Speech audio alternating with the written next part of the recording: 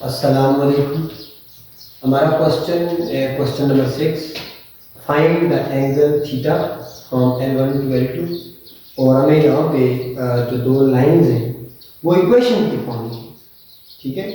पहली लाइन की इक्वेशन है x minus 2y plus 3 equal to 0 और दूसरी लाइन की इक्वेशन है 3x minus Y plus 7 equal to 0। तो अब हमें, आपको पता है, हमें अगर एंगल थीटा फाइंड करना है तो थीटा फाइंड करने के लिए हमें स्लोप्स फाइंड करने होंगे।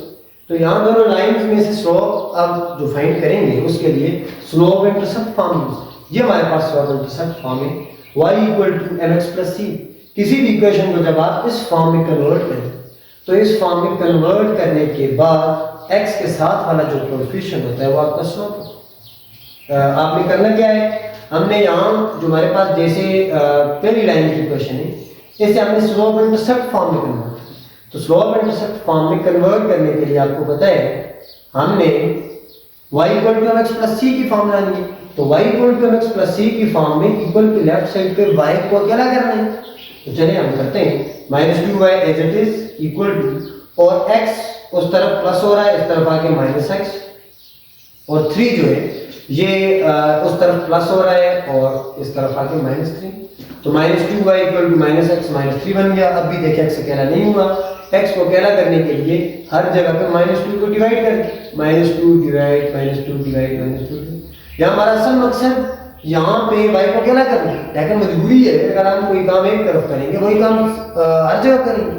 तो -2 को मैंने यहाँ डिवाइड किया, कट हो गई और ये बच गया y इक्वल टू, यहाँ माइनस माइनस प्लस हो गया, x डिवाइड बाई 2 बच गया, यहाँ भी minus minus plus 3 divide by 2।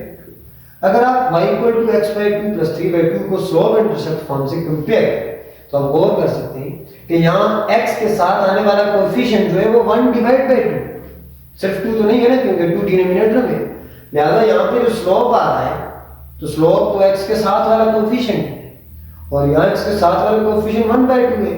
So by comparing with slope intercept form we get from here that m equals to 1 divided by 2 और इसे m1 का नाम दे दें क्योंकि ये लाइन 1 का स्लोप, तो लाइन 1 का स्लोप फाइंड हो गया। अब हम ऐसा करते हैं सेम सिनेरियो के साथ लाइन 2 का स्लोप फाइंड करें। Now for line 2 we have equation 3x minus y plus 7 equal to 0, ठीक है। इसमें भी वही काम करेंगे, माइनस वाई इक्वल्स टू और 3x उस तरफ प्लस, इस तरफ आके -3x, 7 प्लस राइट साइड का आके माइनस, और यहाँ माइनस खत्म करना है। तो माइनस खत्म करने के लिए आप क्या करें, माइनस को आप हर तरफ मल्टीप्लाई कर दें, यहाँ भी मल्टीप्लाई हो गया, इधर भी कर दिया, यहाँ भी कर दिया, यानी हर जगह पे हमने माइनस को मल्टीप्लाई कर दिया, ठीक है। माइनस माइनस प्लस हो गया, y इक्वल टू, यहाँ भी माइनस माइनस प्लस 3x हो गया, यहाँ भी माइनस माइनस प्लस 7 हो गया। अब आप देखिए, अब आपके पास ये फॉर्म जो है ये स्लोप इंटरसेप्ट फॉर्म के साथ कंपेयर हो सकती है।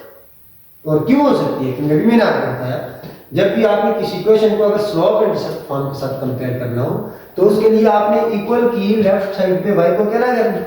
तो जब इक्वल की लेफ्ट साइड पे y अकेला हो जाए तो फिर x के साथ वाला कोएफिशिएंट स्लोप हो। तो यहां से आप अगर देखें तो यहां पे आपके पास स्लोप जो है m2 वो 3 बन रहा है, क्यों, क्योंकि x के साथ 3 आ रहा है। अब देखिए ना, लाइन L1 का स्लोप भी आ गया और लाइन L2 का स्लोप भी आ गया। अब क्या करेंगे, अब हमने फार्मूला लगाना है, नाउ बाय फार्मूला, और फार्मूला क्या है, अभी तक हम पढ़ते आ रहे, tan theta equal to m1 minus m2 divided by 1 plus m1 m2, ठीक है। अब हम क्या करेंगे, अब हम इस फार्मूला में स्लोप्स की वैल्यू पुट करेंगे। तो स्लोप्स की वैल्यू जब पुट करेंगे तो बस उसे सिंपलीफाई करना है जस्ट। तो मैं आगे आ जाता हूँ, tan theta equals to m1 की जगह पे 1/2, ठीक है, माइनस m2 की जगह पे 3 डिवाइडेड बाय 1 प्लस m1 की जगह पे 1/2 इंटू m2 की जगह पे 3। तो अब यहाँ से अगर सिंप्लीफिकेशन परफॉर्म करनी है 1/2 माइनस 3 को एज इट इज रखें फिलहाल, 1/2 minus 3 all divide by 1 plus 1/2 3 से मल्टीप्लाई हो रहा है तो नोमिनेटर से होगा 3 हो जाएगा और डिनोमिनेटर के साथ मल्टीप्लाई होने के लिए कोई नंबर मौजूद नहीं, इसी तरह रहेगा। अब देखें ना, ऊपर 3 के नीचे 1, 1 के नीचे 1, दो फ्रैक्शन माइनस दो फ्रैक्शन प्लस, डिनोमिनेटर सेम करेंगे, आपको पता है सिंपल काम है एलसीएम वाला। तो डिनोमिनेटर सेम करने के लिए 1 को 2 से नीचे किया तो ऊपर भी मल्टीप्लाई करेंगे, नीचे 2 से मल्टीप्लाई नीचे किया तो ऊपर, तो सिंपल कैलकुलेशन था। तो इन्हें हल करने से क्या बन गया 1/2 minus 3 2 6/2 whole divide by 1 into 2 2/2 plus 3/2।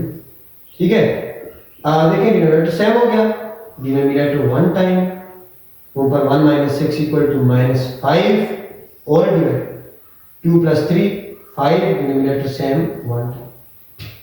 तो इसे मजीद सिंपलीफाई करेंगे तो कैसे होगा, मैं यहाँ पे कर देता हूँ। तो इसे मजीद सिंपलीफाई करने के लिए -5/2 एज इट इज, जब डिवाइड को मल्टीप्लाई, देखिए होल डिवाइड को जब आप मल्टीप्लाई में कन्वर्ट करेंगे तो ये शिफ्ट हो जाएंगे, नोमिनेटर डिनोमिनेटर बन जाएगा और डिनोमिनेटर नोमिनेटर बन, 2 2 से कट, -5 5 से कट, तो tan थीटा, देखिए ना अभी हमने फाइंड तो tan थीटा किया।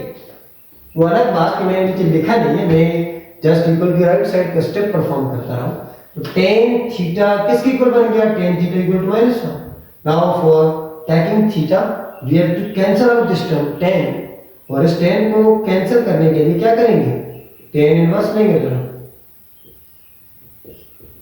तो जब हमने दोनों तरफ tan इनवर्स लिया तो देखिए tan इनवर्स और tan cut, theta = tan inverse of -1, और tan इनवर्स ऑफ -1 को साइंटिफिक कैलकुलेटर में फीड करें डायरेक्ट आंसर प्लस। और इस क्वेश्चन मैं एक मतलब शॉर्ट भी रिपीट करता हूँ। हमें एंगल थीटा फाइंड करना था और दो लाइंस की इक्वेशन दी हुई थी, L1b और L2b। ठीक है, अब अगर हमें इक्वेशन दी हुई है तो इक्वेशन में से हमने पहले स्लोप फाइंड करना है, क्योंकि जाहिर सी बात है tan थीटा में तो स्लोप्स आ रहे हैं। स्लोप्स फाइंड करने के लिए हमने क्या किया, इक्वेशन को स्लोप इंटरसेप्ट फॉर्म से कंपेरेबल बनाने के लिए इसे पहले उस फॉर्म में कन्वर्ट किया। ठीक है, जब हमने कन्वर्ट किया तो कन्वर्ट करने के लिए इक्वल की लेफ्ट साइड को y को अकेला किया, तो हमारे पास ये बिल्कुल एग्जैक्टली वो फॉर्म बन गई।